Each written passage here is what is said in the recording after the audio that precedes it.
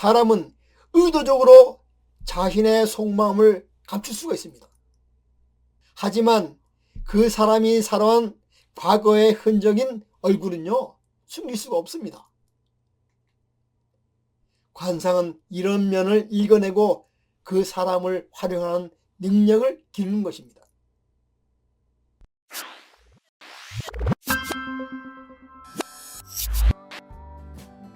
안녕하세요. 고전의 한수 엄태범태부입니다. 오늘 고전의 한수는 좋은 사람, 나쁜 사람 구별하는 방법, 이런 주제를 가지고 말씀을 드려보겠습니다.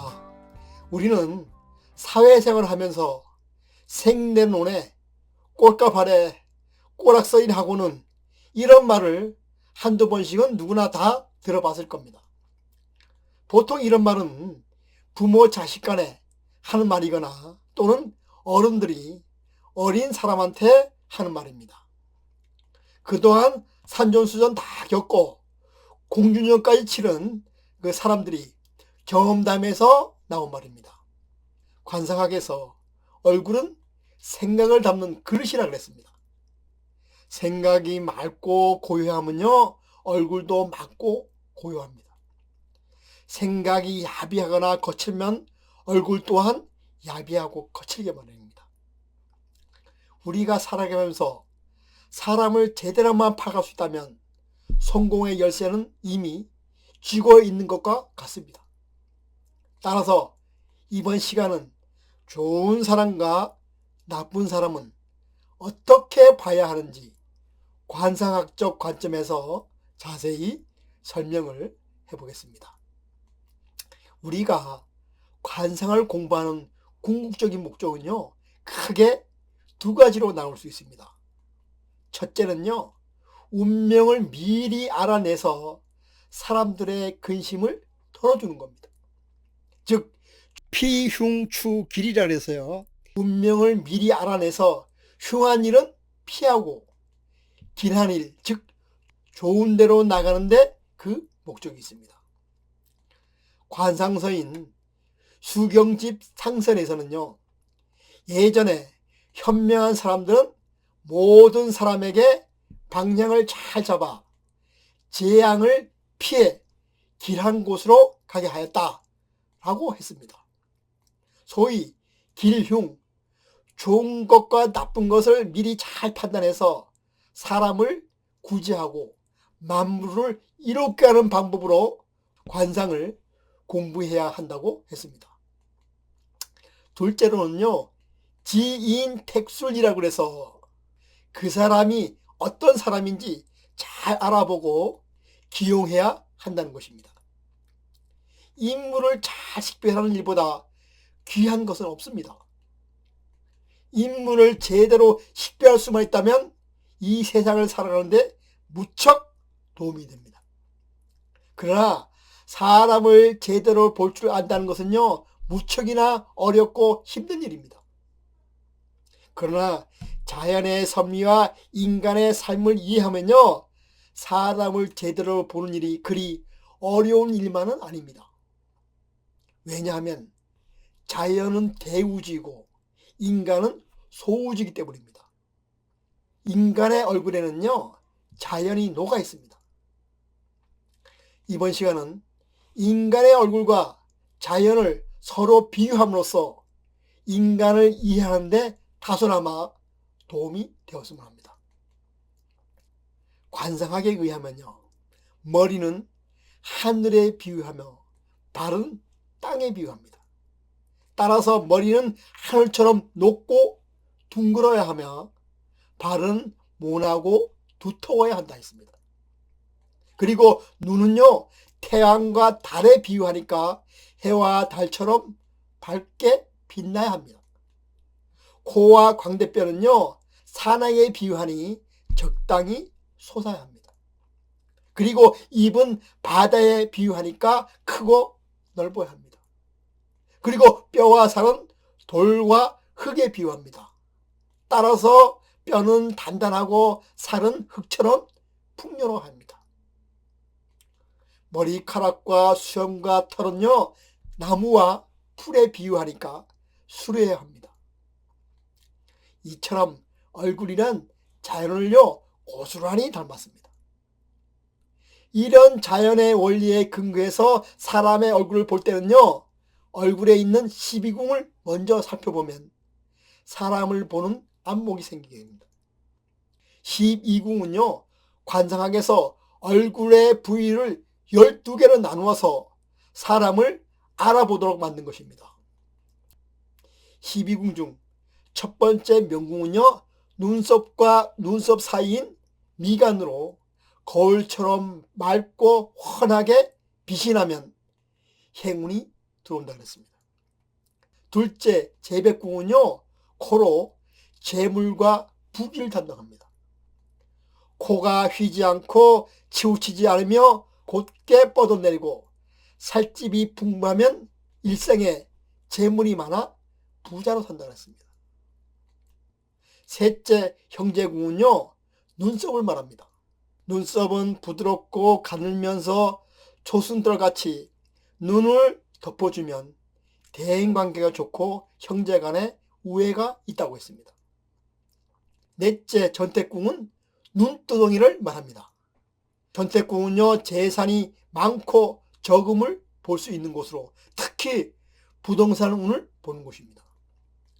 전태궁을 볼 때는요, 눈을 같이 봐야 하는데 눈은 맑고 수려하며 눈동자의 흑백이 분명해야 좋습니다.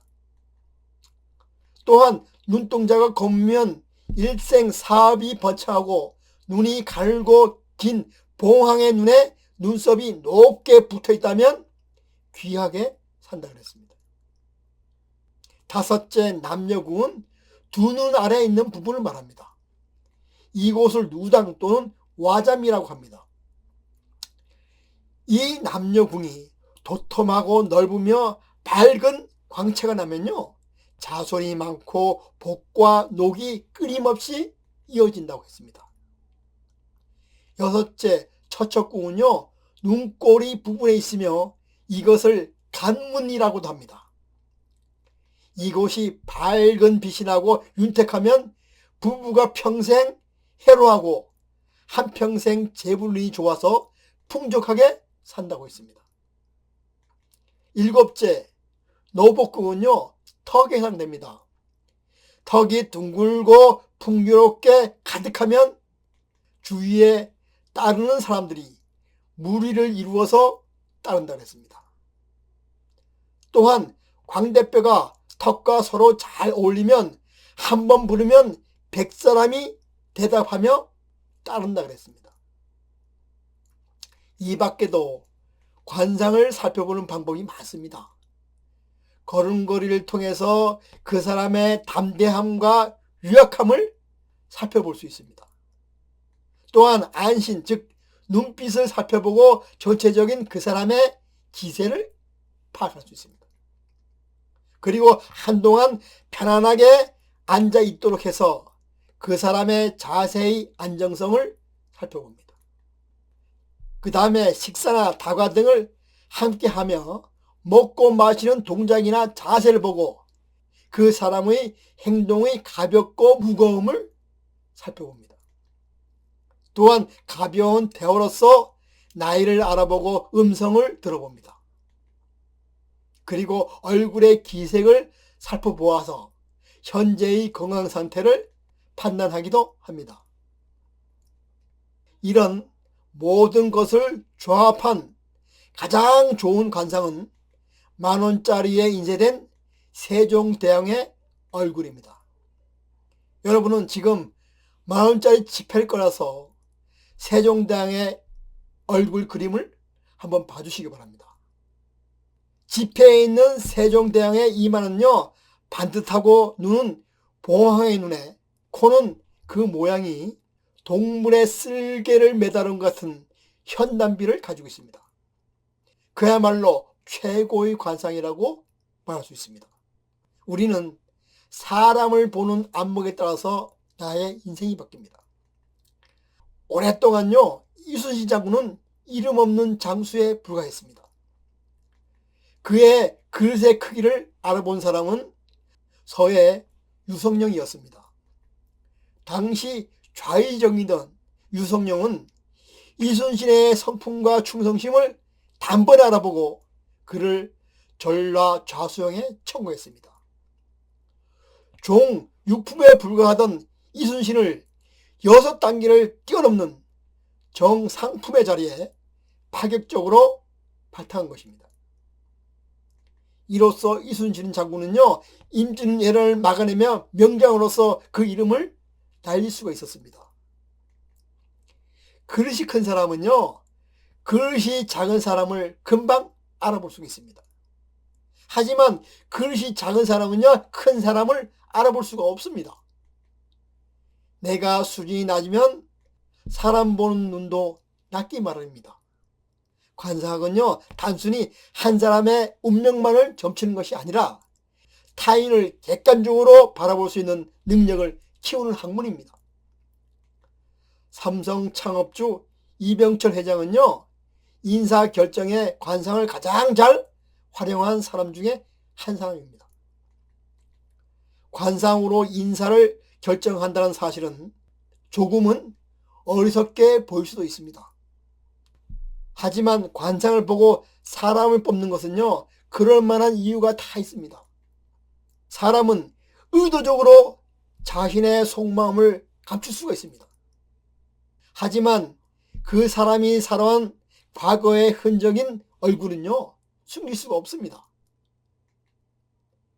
관상은 이런 면을 읽어내고 그 사람을 활용하는 능력을 기르는 것입니다. 사람은 살아가면서 좋든 싫든 사회적인 활동을 해야 합니다. 사회적인 활동은요, 타인과 끊임없이 인간관계를 만들어가는 것입니다. 이 관계 속에서 어떤 사람은 성공하기도 하고 어떤 사람은 실패하기도 합니다. 오죽하면 인사가 만사라는 말이 나왔겠습니까? 사람에 대한 경영이 성공의 바로미터가 되는 셈입니다. 따라서 성공하려면요, 우선 사람을 제대로 볼 줄 알아야 합니다. 그럼 오늘 방송은 여기서 마치고 다음 시간에 다시 찾아뵙도록 하겠습니다.